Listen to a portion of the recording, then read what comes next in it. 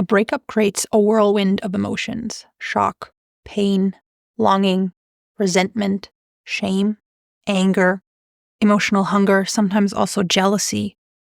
It's a lot to go through. In this video, I'll share Susan Anderson's 5 stages of healing from a breakup to help you better understand and process your experience. Before I get to the 5 stages, I want to say something about the idea of the healing from a breakup as happening in stages. On the one hand, yes, it's a process. You start somewhere in a desperate and painful place, and eventually you emerge healed, most likely even more resilient than you were before. On the other hand, this process is not the same for everyone, not even for every breakup the same person goes through. So although I'll be inviting you on a walk through Susan Anderson's stages of healing from abandonment, it wouldn't surprise me if it's different for you.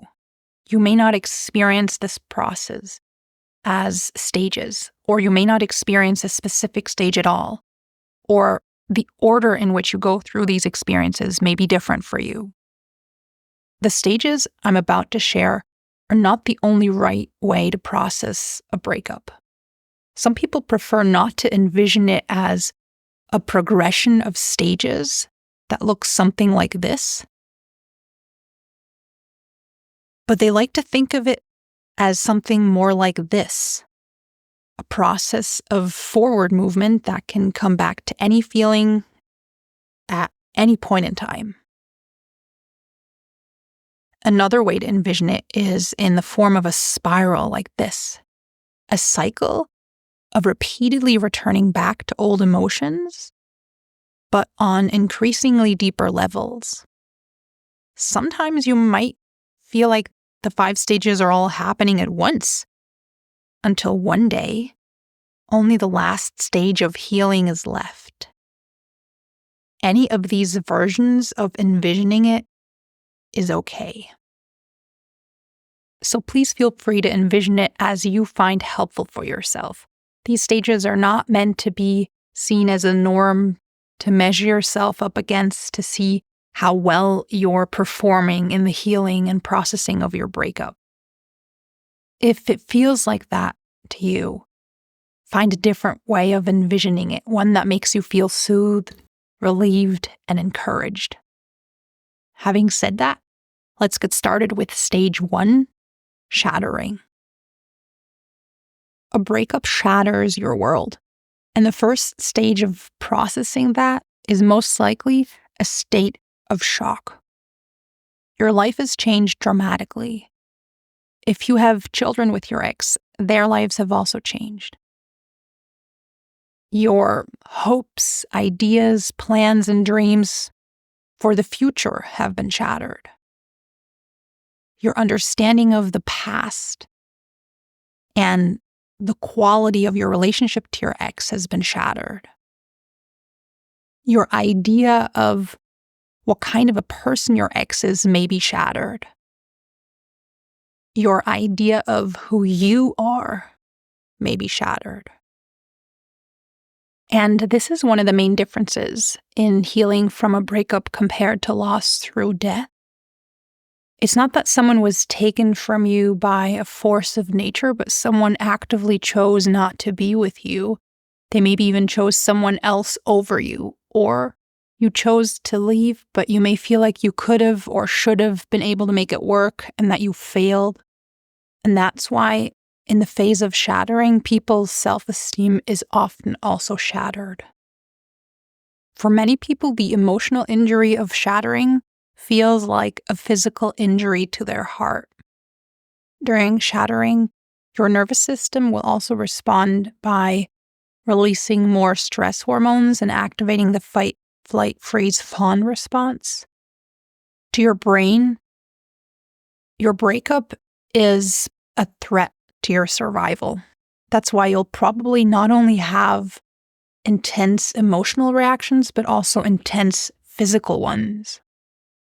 This could mean you have trouble eating, sleeping, or relaxing. You might awake at night in a state of panic, have digestive issues, or be in a chronic state of hypervigilance. The deep pain of this stage can reawaken old abandonment pain from the past, which can then mix into the present experience. You might feel hopeless, like you'll never feel good and whole again, like life will never be the same again.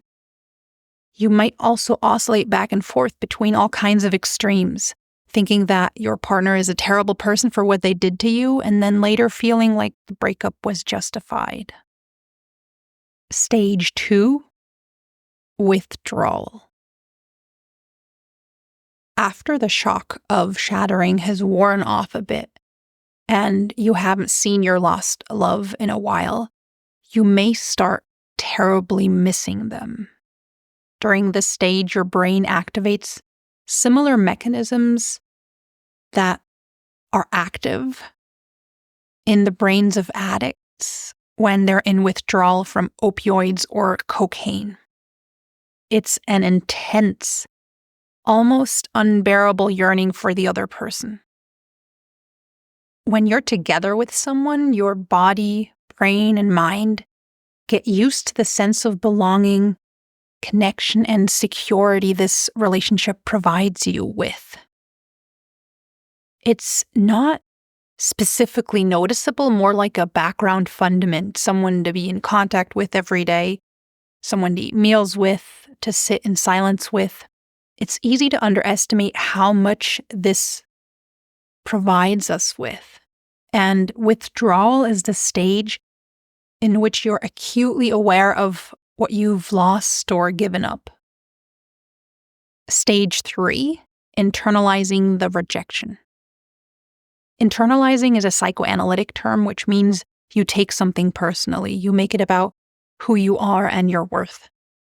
It's when you allow an experience to influence and change your beliefs about yourself, maybe also about life, people, and relationships.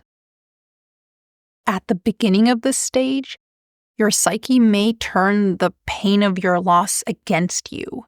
You'll ruminate about why this happened and what you could or should have done differently to prevent it.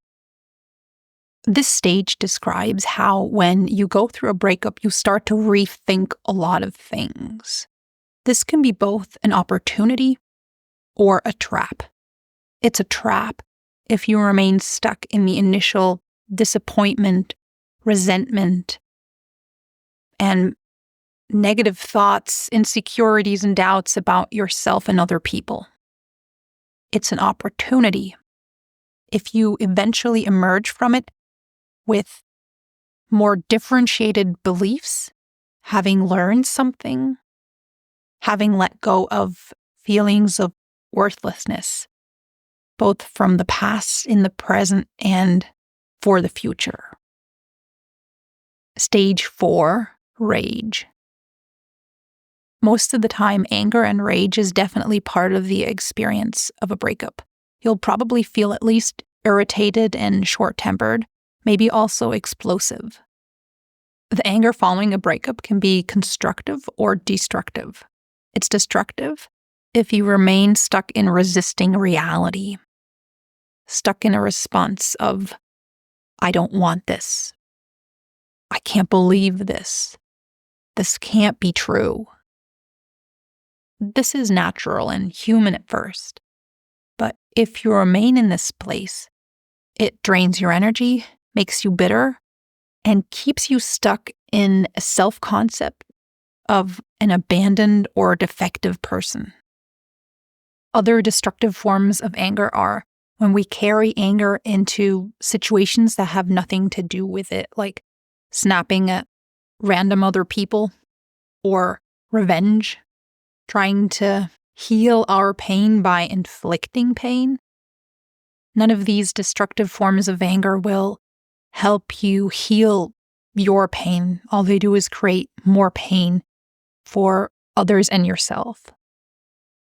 What you can do, though, is you can channel the energy that goes along with anger into something constructive, becoming proactive, instead of isolating and avoiding. This could mean taking positive actions for yourself doubling down on the things you know are good for you, like physical exercise, healthy meals, relaxation and grounding techniques, time spent in nature, journaling. It could also mean stepping out of isolation and connecting with friends and family. It could also mean rewriting your mental story of the relationship you had with your ex, and especially to find a new way to tell the ending. A way that restores your sense of self-worth and is full of strength and wisdom. This can include acknowledgments of what you want to work on in yourself, and it can include a rational, objective analysis of who contributed what to the relationship, which allows you to remove your ex from their pedestal and to reclaim your power of deciding how you want to see yourself. This is an ending in which neither your ex nor your relationship status get to decide over your lovability or worth. Stage 5, lifting. This is the stage when your feelings start lifting and improving, your grief lessens, and you start feeling an inner lightness, confidence, and hope. This happens both spontaneously at times and at other times as a result of your positive actions. When lifting goes wrong, it's not a true transformation of feelings, but a disconnect from them. This happens when you don't go through authentic healing, either because you don't know how, or because you don't want to experience the pain that goes along with that, or because you don't want to invest the time and energy into it. This is called premature closure. The result of disconnecting from your feelings is that it debilitates you for your next relationship. If you're disconnected from your feelings, you can't give others access to them either. And that prevents a true emotional connection from forming. And if this is a very ingrained pattern, often based on several abandonment traumas in your life, you may become or have become emotionally addicted to abandonment, chasing after unavailable people, or disconnecting from your interest in a good, committed relationship altogether. So it's important to allow yourself and to be willing to go through the process of healing from a breakup so that you emerge authentically lifted and healed. If you do this, a breakup can lead to powerful insights, change, wisdom, and emotional maturing. You can learn and practice how to acknowledge and accept reality. You can learn how to soothe abandonment pain both from the present and that pain which goes beyond the current breakup.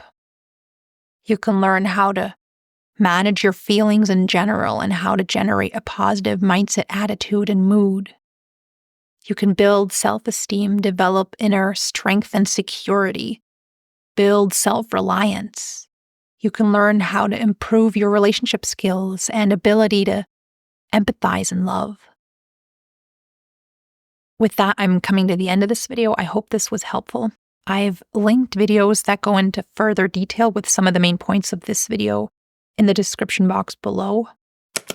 My main message in this video is breakups are messy. They'll send you through cycles of spontaneous emotions, thoughts, and urges. That's natural and human. Don't criticize and shame yourself for that.